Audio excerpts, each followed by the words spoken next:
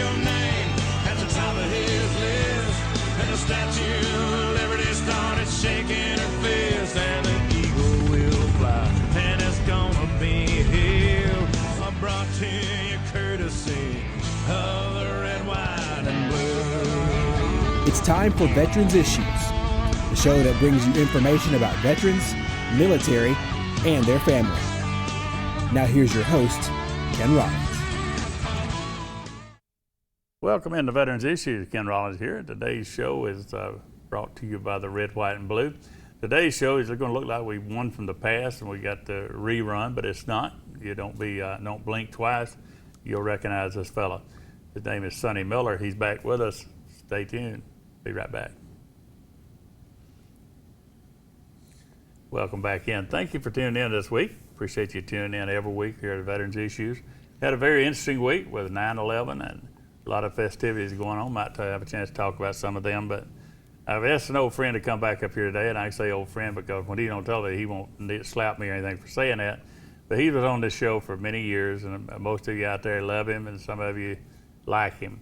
But he's a former, he's a retired Sergeant First Class United States Army, former Veterans Employment Officer with Alabama Department of Employment, not unemployment.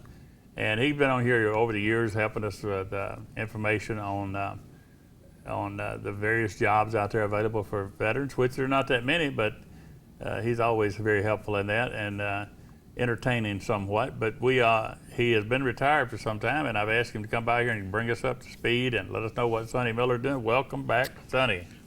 Glad to be back to my home away from home. Home away from home, okay. I haven't been here because nobody would go my bail money. Yeah.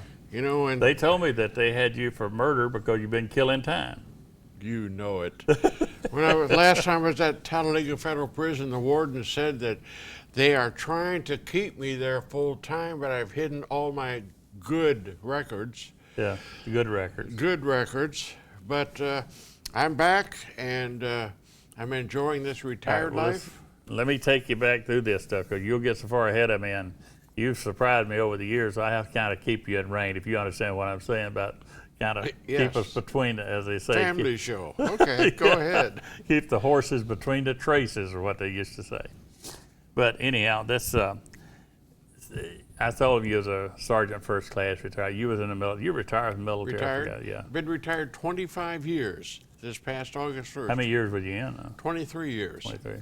And when I retired from the state, I was 4 months shy of 21 years. And I've been retired since January 1st of 2014. Makes you a double dipper, don't it? Put your fingers over. Let me move away so that bolt of lightning well, get the good I left the shot Army at and you. I went to the depot. I retired from the depot, but I didn't retire from the Army. Okay. So I was a single dipper, but okay. I put the two together and made it 32 years. Slap me with a little guilt. That's what you did. I'll cry off. What have you been doing? Well, I've been traveling a lot. You know, last time I was here. That's good. Thank you. No, go ahead. Want me to go now, right? I'll tell you what. These retirees that just stop, lay on their couch and just watch TV, you know, what a waste of a life. There's so much to see and do, not only around the U.S., but here in Alabama. Mm-hmm. You know, just get in the old car, the truck, and go there, and you're back home that evening. And that's what I've been doing. I've been down to, what's that place called? See, first the memory goes into mind, Horseshoe Bend. Yeah. You know, there's a big battle there. Downward Opelika somewhere? In that area, yeah, Horseshoe Bend. It was a battle between the U.S. forces under Andrew Jackson and the Creek Indians. And Sam Houston was there as a third lieutenant. Third lieutenant. Third lieutenant. Yeah, no such thing. I had to read up on that. What is a third lieutenant? And at that time, if the company's quota of lieutenants, second lieutenants were filled, the third lieutenant would be a part of that company. But when there was an opening for a second lieutenant, they would then be promoted into that position. Man, they had this stuff going on that's going on now with the cut in the military and all that stuff. They had that going back in them days. Yeah. But you said a battle. You don't say the word war. the war between or the battle between just about. Right. The Creek Indians had over 600 killed there. Wow. And Andrew Jackson found a little toddler, Indian toddler, crawling around, and he adopted that Sure boy. did. And I mean, when you see this site, They got a monument for him, man. Yeah, it's very impressive. Lincoln wasn't his name or something like that? I don't know. Yeah. But it's very impressive. It's not far from the Anniston area, this battlefield. And something else, Sue, you've heard of Pat Garrett, right? Who? Pat Garrett's the outlaw, not the outlaw, but he shot Billy the Kid. Yeah. He was born in Alabama. Really? And they still got to be on lookout for him somewhere. Kizzy has got a copy up there of something I found on the internet, and I went down to check it out. Back in the control room, they got that? Yeah. Patrick Floyd Garrett was born in Cusetta, I believe that's right, Cusetta, Alabama. And you say, where? And it's in Chambers County, between Opelika and Lanett. Well, there he is, right there. That's it. And that's a copy of the statue there with the historical marker. There's your copy. So he killed my friend Billy the Kid. Yeah.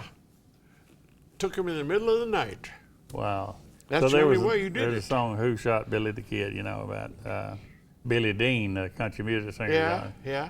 They used to play the I Shot Billy the Kid and all that stuff. So Pat Garrett Monument in the state of Alabama. That's right. So was you just going there, or did you just happen to pass by there? I get on the internet, look up places I'd like to travel, and that popped up, and wowee! So I decided to go there. And we were talking off camera about the Alamo. Yeah. William Travis lived in Alabama for some years, and when he went west to Texas, he left his wife and children behind. Yeah. Well, you're doing, I may have told you this years ago, but I was sitting on a bus with a fellow named Chubby Checker back in 70, I want to say 79. It was in the 70s, late 70s, and I was a smoker, and Chubby runs 8 miles every day, and he was lecturing me about my smoking, and we were sitting on a little table behind the driver's seat, and he said, "How old are you now?" And I said, 35. And he drew like a rooftop, 0, 35, then 70. He says, he asked me, he said, "How old do you think you might live to be?" And I said, 70. He says, "Well," and he drew this, he said, "You're half dead now." And I said, "Thanks a lot." And he said, "Okay, you're half alive," but he said, somewhere in here, down close to 70, you should have worked and enjoy your life, that much of your life be spent from like 65 to 70 to the time you think you might pass to enjoying life.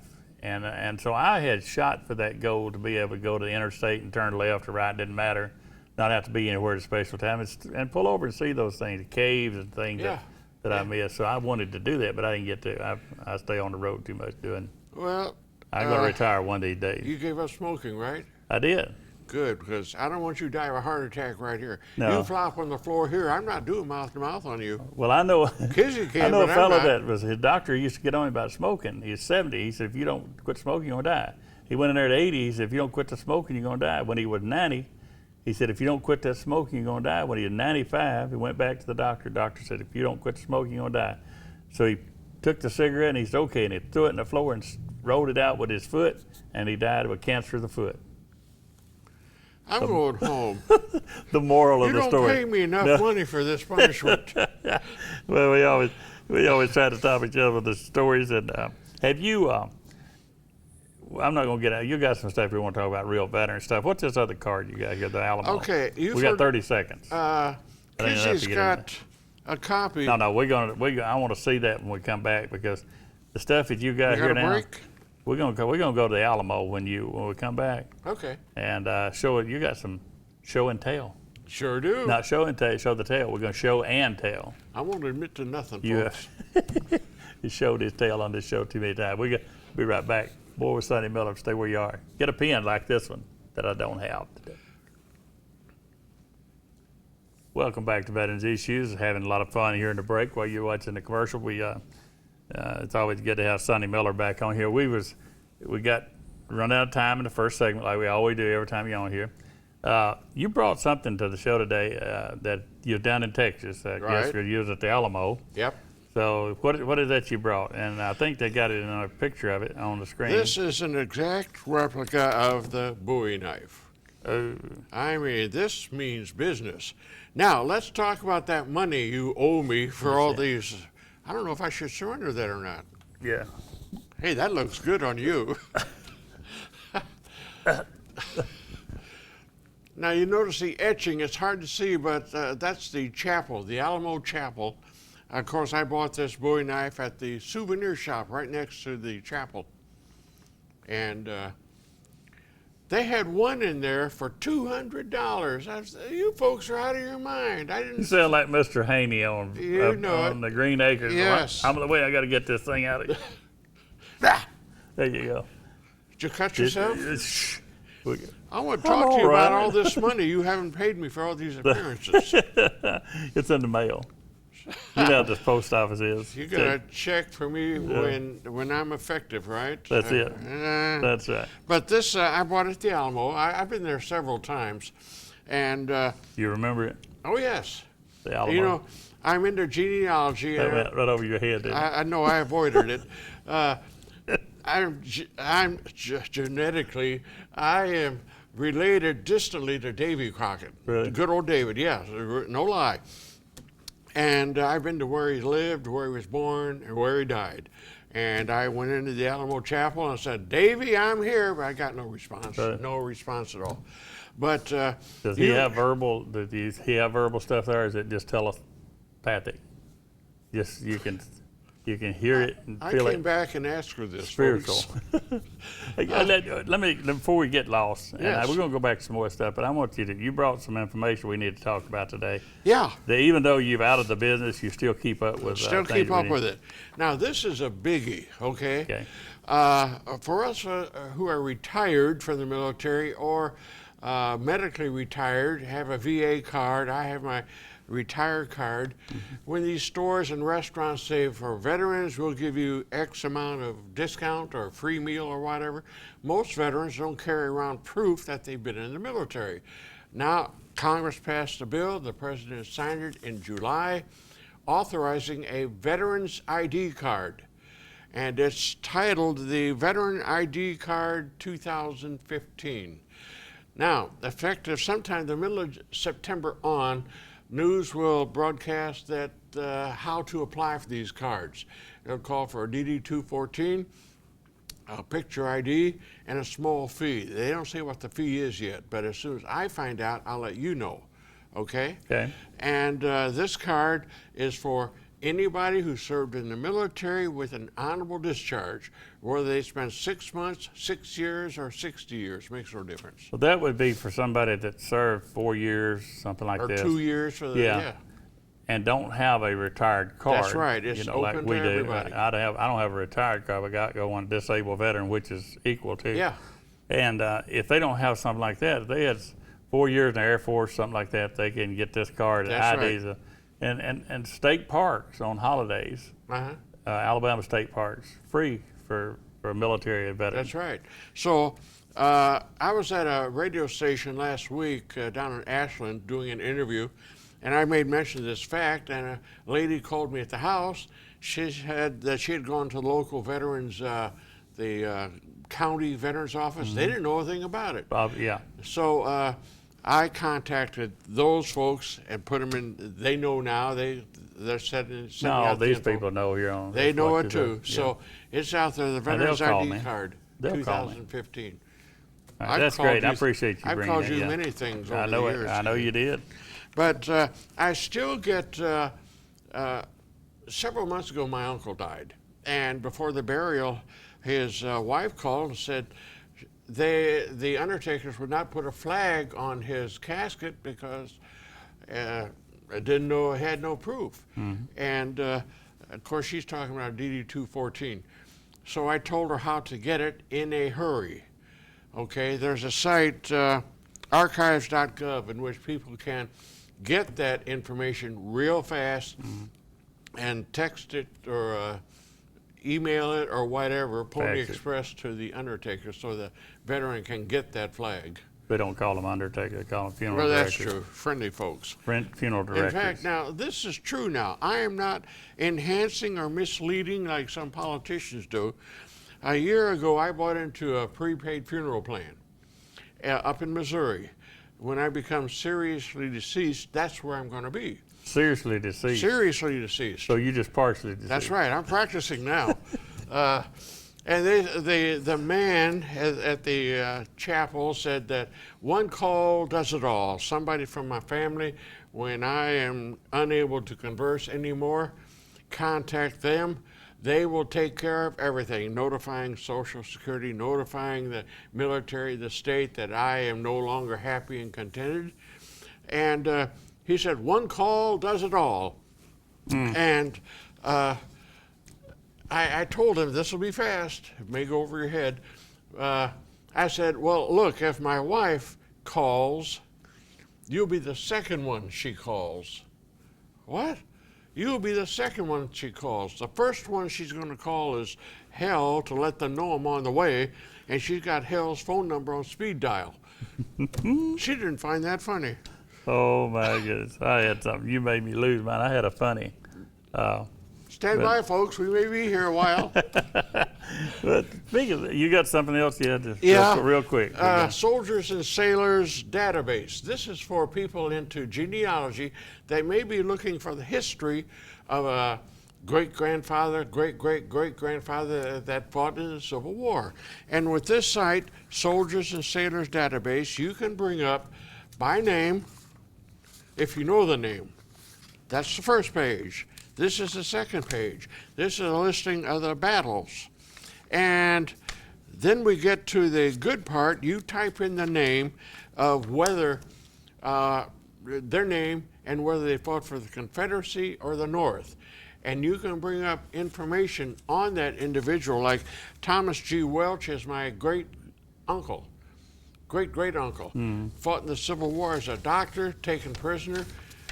He was in the Confederacy, wound up in Lake Erie, Johnson Island, and I found out his history and his unit, the 7th Regiment Missouri Cavalry. You know what would be funny is somebody from Michigan typing in and find out all their relatives fought in the Confederacy, wouldn't it? Well, you know, due to that site, Basically from Michigan. Ah, Somebody in the Yes. control booth is ignoring me about she that. just cut us off, I'll bet. Yeah. Go ahead, before you yeah. forget it. Hurry. He's losing it, folks. Where you headed after this? Or Where is am I it top headed? secret? Are you a minister? No, I'm going to see if the NSA let them know where you're going. Now, we got a lot of stuff going on. We're both patriots. We both Yes. love our country.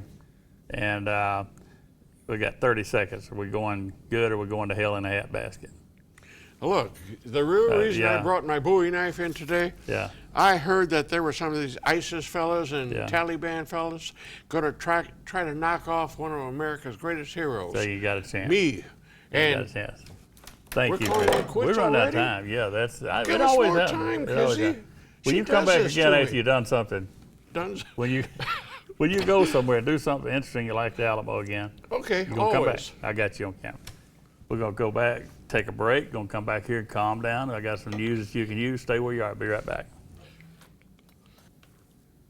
Welcome back to Veterans Issues. I appreciate Sonny Miller coming in today. We have fun all the time, and I hope that you enjoyed it. I hope we didn't get too carried away, but we've been friends a long time, and we try to break it up of some of the monotony sometimes.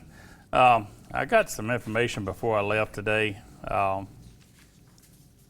from our legislative people as we do this show today. This is a Tuesday. The legislature is in the special session, and there's several bills. I won't go through them and bother you about that. It's like they're attempting to, this Representative Klaus has several bills in there, him and Representative Orr, or Senator Orr. They've got a lot. They're trying to cut various things. One of the cuts was 5% on our Department of Veterans Affairs. Another one is 8% to 18% that they're going to cut. Talking about cutting our Department of 18.5%. It's funny, folks, that you read the paper today, you see where they got them, several million from Education Trust Fund and places like that.